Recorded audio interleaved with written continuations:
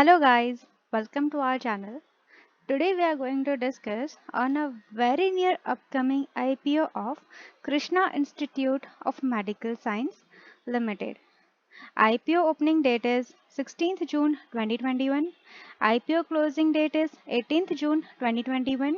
It will be a book built IPO. Face value of shares will be 10 per share. IPO price will range from 815 to 825 per share. Market lot will be 18 share. Minimum lot will be 1, which will consist 18 shares, which will amount to 14,850. Maximum lot will be 13. It will consist 234 shares, which will amount to 1,93,050. Listing will be done on the exchange of BSE and NSE. Now, let us have a look on about the company, its history, and the nature of activities been undertaken. Krishna Institute of Medical Science Limited was incorporated in the year 1973, initially as Jagjit Singh and Sons Private Limited in the state of Maharashtra. Later on, in the year 2003, it has changed its registered address from Maharashtra to the state of Andhra Pradesh and Telangana. Subsequently, in the year 2004, the name of the company was changed to Krishna Institute of Medical Science Limited. KIMS is one of the largest corporate healthcare groups in Andhra Pradesh and Telangana in terms of number of patients treated and treatments offered. It operates 9 multi-specialty hospitals under the KIMS Hospital brand with an aggregate bed capacity of 3,064, including over 2,500 operational beds as of December 31st, 2020, which is 2.2 times more beds than the second largest provider in Andhra Pradesh and Telangana.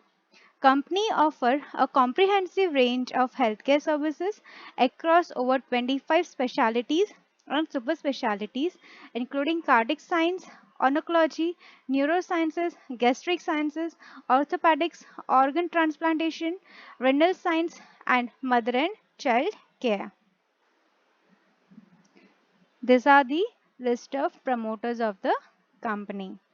Now, what will be the object for utilization of the proceeds of this IPO? So, as per the prospectus filed by the company in SEBI, the company had stated that the proceeds of the issues will be utilized for the following objects, that is repayment and or prepayment in full or part of certain borrowings availed by the company and by the subsidiaries, that is SIMSPL and KHEPL, and for general corporate purposes. Now, before this IPO, the promoters were holding 46.81% of the shares. Post this IPO, promoters holding will reduce to 38.84%. Now let us have a look on capital structure of the company. Authorized share capital consists of 950 lakh number of shares. Issued, subscribed and paid up share capital are 775 lakh 93,283 number of shares.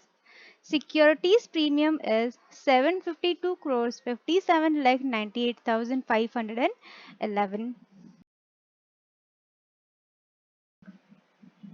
Now, let us have a look on restated financial information of the company. Total revenue for the period ending 31st December 2020 was 9,773.77. For the period ending 31st December 2019, it was 8,610.02. For the year ending 31st March 2020, it was 11,287.28. For the year ending 31st March 2019, it was 9,238.67 and 7,000.49 for the year ending 31st March 2018.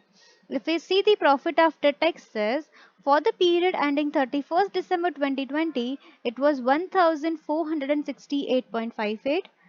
873.32 for the period ending 31st December 2019 and 1150.72 for the year ending 31st March 2020.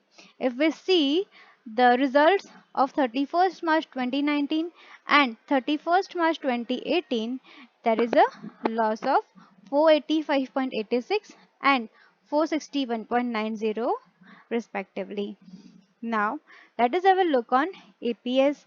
EPS for the period ending 31st December 2020 was 19.25 per share, 12.15 per share for the period ending 31st December 2019, 16 per share for the year ending 31st March 2020, and it was a loss. So EPS for the period and for the year ending 31st March 2019 and 2018 was 6.89 and 9.44 respectively.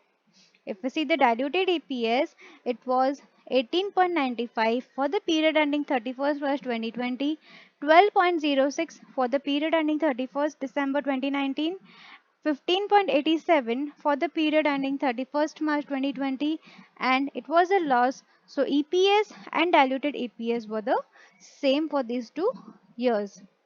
If we see the total assets for the period ending 31st December 2020, it was 12,874.20. For the period ending 31st December 2019, it was 12,032.39. For the year ending 31st March 2020, it was 11,958.90. For the year ending 31st March 2019, it was 11,176.02, and for the year ending 31st March 2018, it was 9,580.12. If we see the equity shareholders fund, it was 7,251.01 for the period ending 31st December 2020 and 5,837.46 for the period ending 31st December 2019. For the year ending 31st March 2020, it was 6,114.30, 5,659.01 for the year ending 31st March 2019.